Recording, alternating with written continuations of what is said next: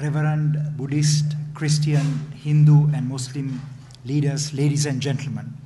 Dr. Aryaratna spoke of the challenges of religious reconciliation. Let me share with you my views on the opportunities that we have to reconcile in the religious domain. Let me begin my presentation by saying that Sri Lanka's journey in reconciliation began on the 19th of May 2009 with the dismantling of the LTT, with the movement of 283,000 Tamils from the LTT-controlled no-fire zone area into the government-controlled area. Let me also share with you that the Sri Lankan government, working together with community and other partners, built a state-of-the-art rehabilitation program for 12,000 LTT combatants. To my mind, this was the very beginning of reconciliation. We saw that the rehabilitation program had six-pronged approach that in many ways made the LTT cadres reject violence, abandon their extremism, and join the political mainstream. And the six-pronged approach that was used, one was religious and spiritual reconciliation. We had members of the Hindu clergy, the Christian clergy, going into over 30 rehabilitation centers in Vaunia and in other locations. Many of the LTT cadres that I spoke to told me that when they joined the LTT, they abandoned their religion. They abandoned God. And the spiritual and the religious rehabilitation component enabled them to come back to society, to become normal citizens. The second aspect was educational rehabilitation. LTT is a very illiterate organization. Less than 5% of the LTT members had ever entered university. And I want to share with you that the teaching of basic science, mathematics, English, and even Tamil, how to read and write, transformed them. Third dimension of rehabilitation was vocational rehabilitation. Government itself was poor, but I want to share with you that together with the then Attorney General, Mohan Peris, and Minister Milinda Morogoda, extraordinarily bright minister, I addressed the business community, the blue chip companies, and they provided assistance to skill those LTT cadres so that they will have a second life. Another mode of rehabilitation was social and family rehabilitation. One of the methods used by the LTT to indoctrinate the LTT cadre was to separate him or her from society, from family. Social and family rehabilitation enabled them to go back to society and to live as peaceful citizens.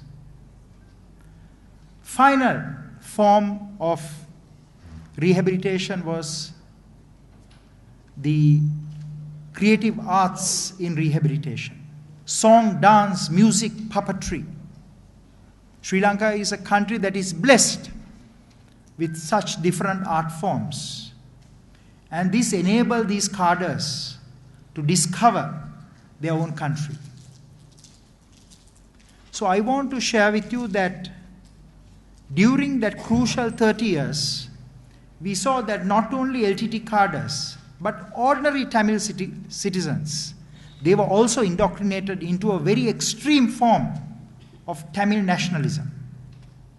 And that itself made them have suspicions and doubts of the Sinhalese. But today, we have seen the movement of people between the north and the south. We have seen greater communication between the north and the south. About 40% of the Tamils live in the south. And I personally believe that Sri Lanka is a country that has what you call social harmony. Average Sinhalese do not hate a Tamil. The average Muslim has nothing against a Tamil or a Sinhalese. But what has caused this disharmony? It has been caused by the politicians in the south and in the north. Our political leaders have used ethnicity or race to ethnicize Sri Lanka. Our politicians have used religion to religiousize the Sri Lankan community. Sri Lanka is not yet a nation in my view. We have a Sinhala nation, a Tamil nation, and a Muslim nation. Sri Lankan leaders failed to create that overarching identity, to create the Sri Lankan spirit. What can we do to do so? There are many avenues, there are many methodologies that we can use. So in many ways, the Kadiragama series, the reconciliation series, was structured to bring those communities together. The first national conference we had focused on the role of the business community in reconciliation. For the businessman, it doesn't matter whether you're a Sinhalese, Tamil, or a Muslim. Many businessmen from the south and from the north came together.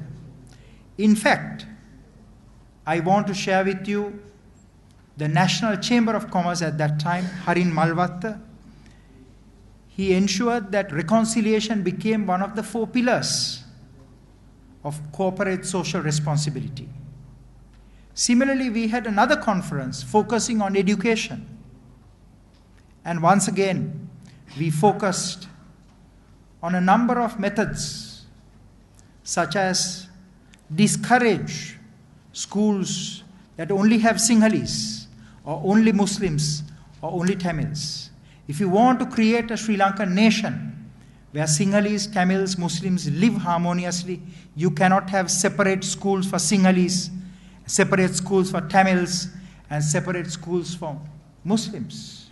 The conference, National Conference on the Role of Education Reconciliation, in my personal view, we didn't have so much of success. Many of the people who came were not willing to take that giant leap. And I'm very happy that we have very important figures in this audience, and I hope that they will do something small in this direction, which will have a bigger impact. Another conference we had was on the role of youth. Children and youth are blind to ethnicity and religion because they are not politicized, they are not radicalized, they are not mobilized with ethnic and religious rhetoric of political leaders.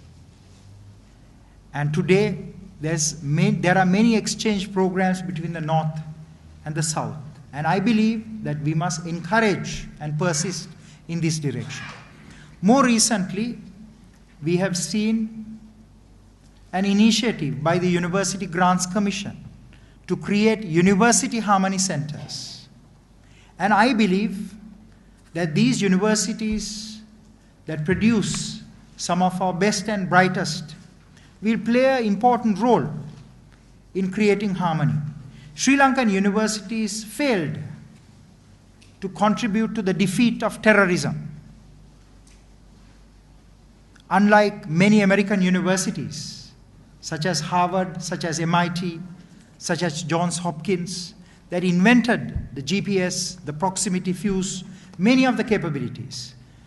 But recently, when I addressed the University of Rohan, in a convocation address, I said the universities should take on the mantle of creating stability, of ensuring no resurgence of extreme Tamil nationalism or extreme Sinhala nationalism. I specifically named Bodu Bala Sena as an extremist organization. And I would like to say that Bodu Bala Sena is not a Buddhist organization. It is a political organization that is using a great religion to break the faith the true faith of our people. So I want to share with you that it is paramount for the religious leaders who are here to guard their faith, to protect their faith. Similarly, I want to say that any ethnicity, if any ethnic entrepreneur uses that ethnicity to mobilize, to harm another ethnicity, certainly that ethnic group will suffer. We saw Prabhakaran, the main instrument that he used was Tamil nationalism, but he used it beyond what anyone should use. That led to a very significant death, not only of Tamils, but of all communities, created disharmony. So one of the most important lessons Sri Lanka can learn after 30 years of conflict is that we must have a Harmony Act, a law that will prevent political leaders from using ethnicity and religion to advance their narrow political aims and their personal aims. If we do not pass such a Harmony Act, I will say that we have not learned from 30 years of conflict. Let me also share with you that other than having such laws to deter and prevent the rise of religious and ethnic extremism, we must also ensure that law empowers not only government but other organizations to promote ethnic and religious amity. I was gravely disappointed that a bishop made a statement to a newspaper, if government is not doing reconciliation, then we will do reconciliation. I think this is wrong. I think a good religious leader should not expect government to do reconciliation. That religious leader himself should work with his denomination and with others and with other denomination leaders to create reconciliation. Let me make two concluding remarks. One is, since 2009, I have seen tremendous effort by government, by the private sector, and by the NGO sector to create harmony. But these initiatives are scattered. The time has come today to create a specialist ministry for reconciliation. We should have the president or another minister who is committed to this task to spearhead this ministry. And I would say that there are a number of ministries that has already done a lot of work in this area. The Ministry of Social Integration, the work of Mr. Rajiva Vijayasinghe, who is the reconciliation advisor to the president, the Kadiragama Institute, then of course the LLRC, the committee, and those associated with them. All these institutions should come together and draw a plan that will protect the Sri Lankan community and immunize the Sri Lankan community against the rise of ethnic extremism and religious extremism. Let me say that after the defeat of terrorism, Sri Lanka today faces a major challenge, ethnic communalism or communal extremism. And this is induced by politicians. It is not inherent in the Tamil people or in the Sinhalese people or in the Muslims. It is used as a force to build political power. Second is against the rise of religious extremism. This is unfortunately emerging in the south of Sri Lanka.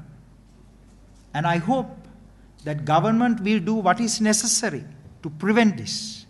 So far, the action taken by government is not satisfactory.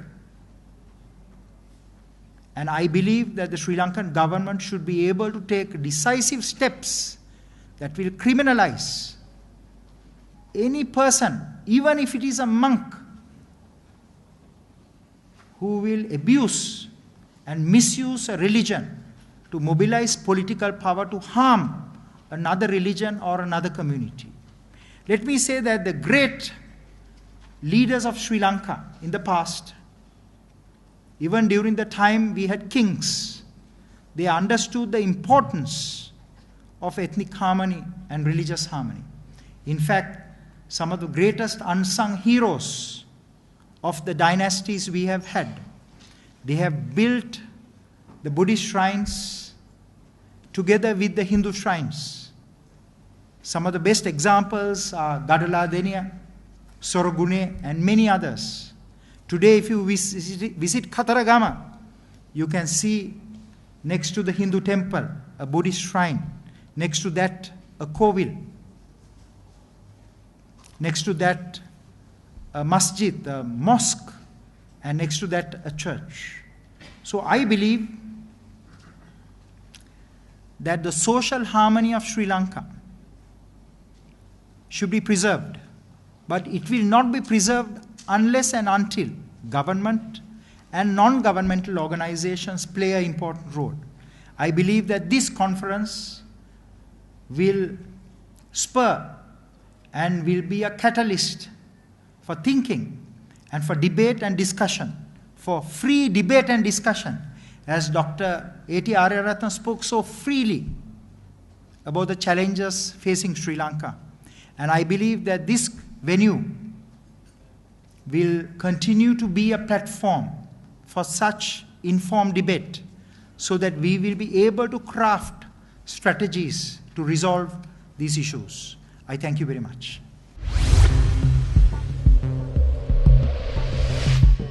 Knowledge Box, the value-based media network.